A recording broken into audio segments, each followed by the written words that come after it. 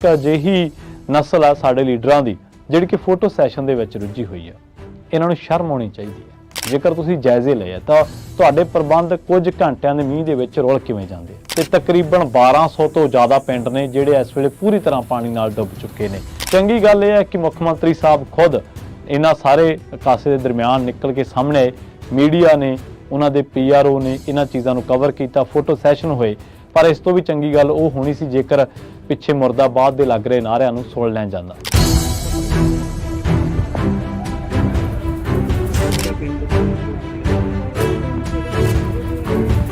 ਸਤਿ ਸ਼੍ਰੀ ਅਕਾਲ, ਤੁਸੀਂ ਜੁੜੇ ਹੋਏ ਹੋ ਪੰਜਾਬੀ ਰੇਡੀਓ USA ਦੇ ਨਾਲ ਤੇ ਮੈਂ ਹਾਂ ਪ੍ਰਵੀਨ ਸ਼ਰਮਾ ਲੈ ਕੇ ਹਾਜ਼ਰ ਹਾਂ ਸਪੈਸ਼ਲ ਰਿਪੋਰਟ। ਇਸ ਵੇਲੇ ਪੰਜਾਬ ਦੇ ਵਿੱਚ ਜੋ ਹਾਲਾਤ ਨੇ, ਪੰਜਾਬ ਦੇ ਵਿੱਚ ਜੋ ਹੜ੍ਹਾਂ ਨੇ, ਪਾਣੀ ਨੇ, ਮੀਂਹ ਨੇ ਤਬਾਹੀ ਮਚਾਈ ਹੈ, ਉਹ ਕਿਸੇ ਤੋਂ ਲੁਕੀ ਨਹੀਂ ਹੈ। ਤੇ ਤਸਵੀਰਾਂ ਜਿਹੜੀਆਂ ਵੀਡੀਓਜ਼ ਨੇ ਉਹ ਦਿਲ ਦਹਿਲਾ ਦੇਣ ਵਾਲੀਆਂ ਤੇ ਪੰਜਾਬੀਆਂ ਦੇ ਪੰਜਾਬ ਦੇ ਦੁਖਾਂਤ ਨੂੰ ਪੇਸ਼ ਕਰ ਰਹੀਆਂ ਨੇ, ਬਿਆਨ ਕਰ ਰਹੀਆਂ ਨੇ ਕਿ ਬੇਵੱਸੀ ਦੇ ਵਿੱਚ ਲੋਕਾਂ ਦੇ ਹਾਲਾਤ ਕੀ ਹੁੰਦੇ ਨੇ। ਖਾਸ ਕਰਕੇ ਉਦੋਂ ਜਦੋਂ ਤੁਹਾਡੇ ਬੱਚੇ ਮੋਢਿਆਂ ਤੇ ਚੁੱਕ ਕੇ ਪਾਣੀ ਦੇ ਵਿੱਚੋਂ ਕੱਢਣੇ ਪੈਣ, ਜਦੋਂ ਤੁਹਾਡੇ ਜਿਹੜੀ ਖੇਤੀ ਹੈ ਉਹ ਤਹਿਸ ਨਹਿਸ ਹੋ ਜੇ, ਤੁਹਾਡੀਆਂ ਫਸਲਾਂ ਮਰ ਜਾਣ, ਤੁਹਾਡੇ ਜਿਹੜੇ ਪਰਿਵਾਰਕ ਜੀਅ ਆ ਉਹਨਾਂ ਨੂੰ ਰਾਤਾਂ ਬਾਹਰ ਸੜਕਾਂ ਤੇ ਕੱਟਣੀਆਂ ਪੈਣ, ਤਾਂ ਬੰਦੇ ਦੇ ਮਨ ਤੇ ਕੀ ਬੀਤਦੀ ਹੈ ਇਹਦੇ 'ਚ ਕੋਈ ਦੱਸਣ ਦੀ ਲੋੜ ਨਹੀਂ ਹੈ, ਨਾ ਇਹਦੀ ਵਿਆਖਿਆ ਸ਼ਬਦਾਂ ਦੇ ਰਾਹੀਂ ਕੀਤੀ ਜਾ ਸਕਦੀ ਹੈ। ਪੰਜਾਬ ਦੀ ਇਸ ਤਰਾਸਦੀ ਜੋ ਇਸ ਵੇਲੇ 2023 ਦੇ ਵਿੱਚ ਜੋ ਪੰਜਾਬ ਦਾ ਦੁਖਾਂਤ ਹੈ, ਇਹਦੇ ਵਿੱਚ ਅੱਗੇ ਵਧਣ ਤੋਂ ਪਹਿਲਾਂ ਇਸ ਤਰਾਸਦੀ ਦਾ ਬਹੁ ਪਰਤੀ ਵਿਸ਼ਲੇਸ਼ਣ ਕਰਾਂਗੇ, ਕੋਸ਼ਿਸ਼ ਕਰਾਂਗੇ ਜਿਹਦੇ ਵਿੱਚ ਸਰਕਾਰਾਂ, ਨਿਜ਼ਾਮ, ਸਿਸਟਮ, ਕੁਦਰਤ, ਮਨੁੱਖ ਦੀ ਜੋ ਆਪਦੀ ਇੱਕ ਇਖਲਾਕੀ ਡਿਊਟੀ ਬਣਦੀ ਹੈ ਉਹਦੇ ਬਾਰੇ ਗੱਲ ਤਾਂ ਕਰਾਂਗੇ। ਪਰ ਇਸ ਪੂਰੇ ਦੁਖਾਂਤ ਨੇ ਪੰਜਾਬੀਆਂ ਨੂੰ ਮੁੜ 1988 ਦੀ ਸਥਿਤੀ ਦੇ ਵੱਲ ਧੱਕ ਦਿੱਤਾ। 1988 ਦਾ ਦੁਖਾਂਤ ਪੰਜਾਬੀਆਂ ਨੂੰ ਭੁੱਲਿਆ ਨਹੀਂ ਹੋਣਾ ਜਿਨ੍ਹਾਂ ਨੇ ਉਹ ਦੇਖਿਆ। ਉਦੋਂ ਵੀ ਪੰਜਾਬ ਦੇ 12,000 ਜਿਹੜੇ ਪਿੰਡ ਨੇ, 13,000 ਇਹਨਾਂ ਦੇ ਵਿੱਚ ਤਕਰੀਬਨ 9,000 ਜਿਹੜਾ ਪਿੰਡ ਹੈ ਉਹ ਪਾਣੀ ਦੀ ਮਾਰ ਹੇਠ ਆ ਗਿਆ ਸੀ। 2500 ਪਿੰਡ ਤਾਂ ਇਹੋ ਜਿਹਾ ਸੀਗਾ ਜਿਹੜਾ ਤਕਰੀਬਨ ਪੂਰਾ ਡੁੱਬ ਗਿਆ ਸੀਗਾ ਤੇ ਇਹਦੇ ਵਿੱਚ 34 ਲੱਖ ਲੋਕ ਪੰਜਾਬ ਦੇ ਪ੍ਰਭਾਵਿਤ ਹੋਏ ਸਨ।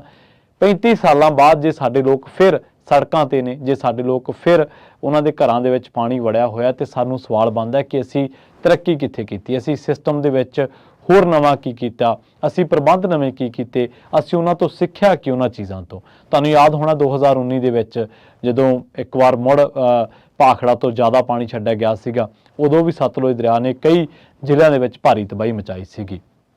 ਹੁਣ ਵੀ ਹਾਲਾਤ ਕੋਈ ਬਹੁਤੇ ਵੱਖਰੇ ਨਹੀਂ। ਇਸ ਵੇਲੇ ਦੱਸਦੀਆਂ ਮੀਡੀਆ ਰਿਪੋਰਟਾਂ ਕਿ ਪੰਜਾਬ ਦੇ ਵਿੱਚ 9 ਜ਼ਿਲ੍ਹੇ ਨੇ ਜਿਹੜੇ ਤਕਰੀਬਨ 9 ਤੋਂ ਜ਼ਿਆਦਾ ਜ਼ਿਲ੍ਹੇ ਨੇ ਜਿਹੜੇ ਇਸ ਵੇਲੇ ਮਾਰ ਦੇ ਹੇਠ ਨੇ ਤੇ ਤਕਰੀਬਨ 1200 ਤੋਂ ਜ਼ਿਆਦਾ ਪਿੰਡ ਨੇ ਜਿਹੜੇ ਇਸ ਵੇਲੇ ਪੂਰੀ ਤਰ੍ਹਾਂ ਪਾਣੀ ਨਾਲ ਡੁੱਬ ਚੁੱਕੇ ਨੇ। ਪੰਜਾਬ ਦੇ ਜੇ ਤਾਜ਼ਾ ਹਾਲਾਤਾਂ ਬਾਰੇ ਤੁਹਾਨੂੰ ਮੈਂ ਦੱਸਾਂ ਤਾਂ ਪੰਜਾਬ ਦੇ ਤਾਜ਼ਾ ਹਾਲਾਤ ਜਿਹੜੇ ਨੇ ਉਹਨਾਂ ਜ਼ਿਲ੍ਹਿਆਂ ਦੇ ਵਿੱਚ ਕਿਹੜੇ ਬੰਨਾਂ ਦੀ ਸਥਿਤੀ ਕੀ ਹੈ ਪਹਿਲਾਂ ਤੁਹਾਨੂੰ ਇਹ ਦੱਸਦੇ ਚੱਲਦੇ ਹਾਂ।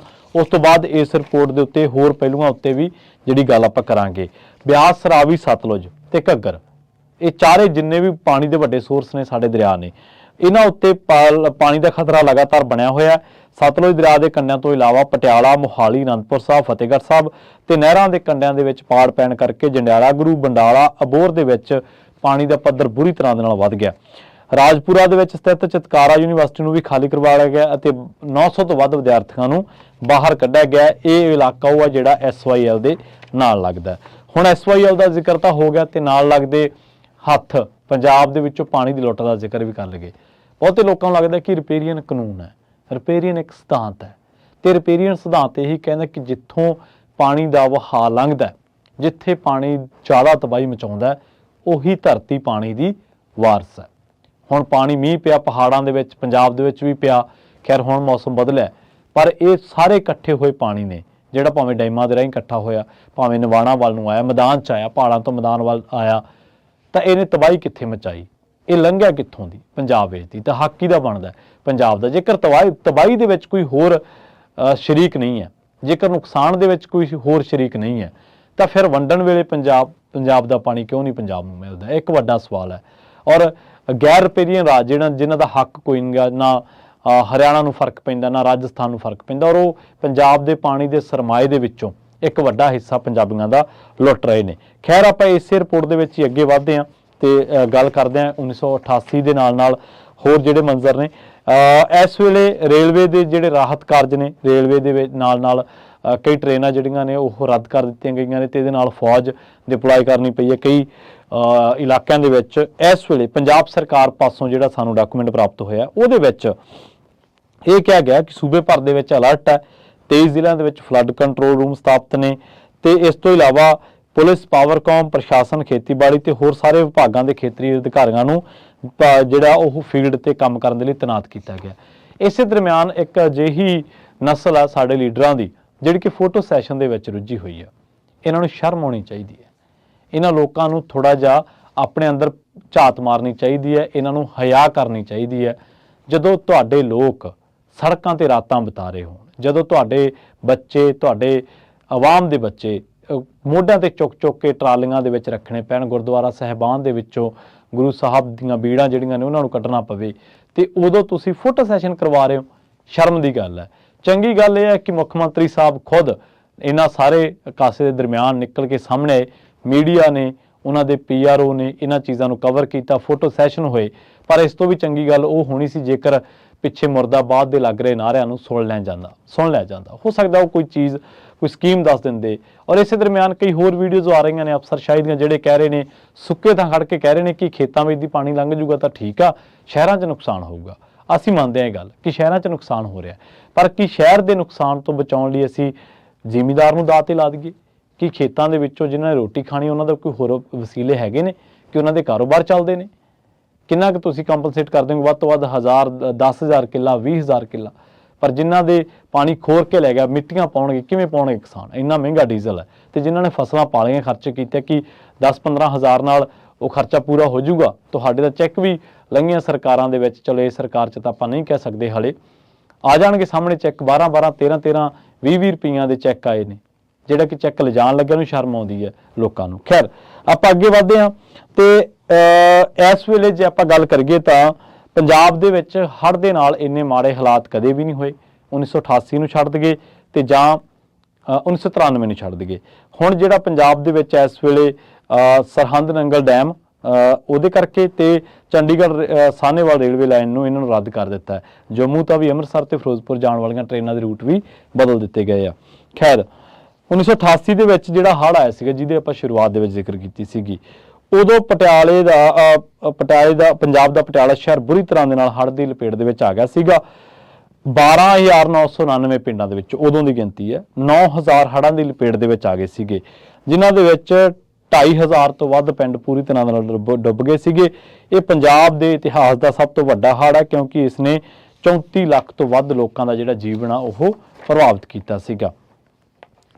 ਮੀਂਹ ਨੇ ਪੰਜਾਬ ਦੇ ਵਿੱਚ ਸਭ ਤੋਂ ਵੱਧ ਰੋਪੜ, ਪਟਿਆਲਾ, ਮੋਹਾਲੀ ਤੇ ਸ੍ਰੀ ਅਨੰਦਪੁਰ ਸਾਹਿਬ ਜ਼ਿਲ੍ਹੇ ਨੂੰ ਮਾਰ ਪਈ ਹੈ, ਜਿੱਥੇ 8 ਲੋਕਾਂ ਦੀ ਮੌਤ ਵੀ ਹੋ ਗਈ ਹੈ ਤੇ ਵੱਖ-ਵੱਖ ਥਾਈਂ ਜਿਹੜੇ ਰਾਹਤ ਕਾਰਜ ਆ ਉਹ ਕੀਤੇ ਜਾ ਰਹੇ ਨੇ। ਇਸ ਤੋਂ ਇਲਾਵਾ ਪਤਾ ਲੱਗਿਆ ਵੀ ਉੱਤਰਾਖੰਡ, ਉੱਤਰ ਪ੍ਰਦੇਸ਼, ਜੰਮੂ ਕਸ਼ਮੀਰ, ਪੰਜਾਬ, ਹਿਮਾਚਲ ਪ੍ਰਦੇਸ਼ ਤੇ ਹਰਿਆਣਾ, ਯਾਨੀ ਕਿ ਉੱਤਰੀ ਭਾਰਤ ਦਾ ਸਾਰਾ ਉਹ ਇਲਾਕਾ ਜਿੱਥੇ ਲਗਾਤਾਰ ਮੋਹਲੇ ਧਾਰਮੀ ਪਿਆ 48 ਘੰਟਿਆਂ ਤੋਂ ਵੱਧ ਟਾਈਮ ਦੇ ਵਿੱਚ, ਇੱਥੇ ਢਿੱਗਾਂ ਡਿੱਗਣ ਕਰਕੇ 21 ਵਿਅਕਤੀਆਂ ਦੀ ਮੌਤ ਹੋ ਗਈ ਹੈ।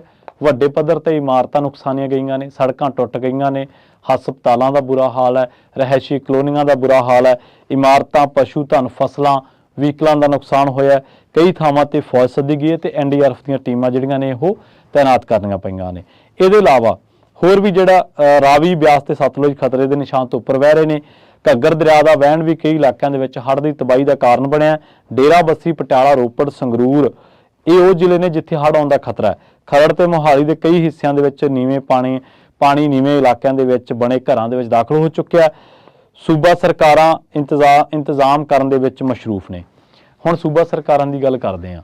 ਤੁਸੀਂ ਅਕਸਰ ਇੱਕ ਫੋਟੋ ਦੇਖੀ ਹੋਣੀ ਹੈ ਆਪਣੇ ਲੋਕਲ ਅਖਬਾਰ ਦੇ ਵਿੱਚ ਕਿ ਹੜ੍ਹਾਂ ਦੇ ਪ੍ਰਬੰਧਾਂ ਦਾ ਜਾਇਜ਼ਾ ਲਿਆ DC ਸਾਹਿਬ ਨੇ ਜਾਂ SDM ਸਾਹਿਬ ਨੇ। ਇੱਕ ਸੁਰਖੀ ਤੁਸੀਂ ਅਕਸਰ ਹੀ ਪੜ੍ਹੀ ਹੋਣੀ ਹੈ ਕਿ ਬਰਸਾਤਾਂ ਦੇ ਟਾਈਮ ਨਾਲਿਆਂ ਦੀ ਸਫਾਈ ਦਾ ਜਾਇਜ਼ਾ ਲਿਆ ਤੇ ਇੱਕ ਤਸਵੀਰ ਲੱਗੀ ਹੁੰਦੀ ਹੈ।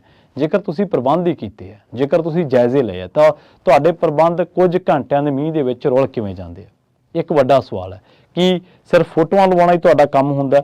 ਔਰ ਦੂਜੀ ਗੱਲ ਇਹ ਹੈ, ਹੁਣ ਆਪਾਂ ਸਾਰੀ ਜੋ ਸਥਿਤੀ ਹੈ ਉਹਦੇ ਤੇ ਉਹਦੇ ਕਾਰਨਾਂ ਤੇ ਤਾਂ ਜ਼ਿਕਰ ਕੀਤਾ, ਪਰ ਇੱਕ ਸਥਿਤੀ ਇਸ ਤੋਂ ਹੋਰ ਬਦਤਰ ਹੋਣ ਵਾਲੀ ਹੈ।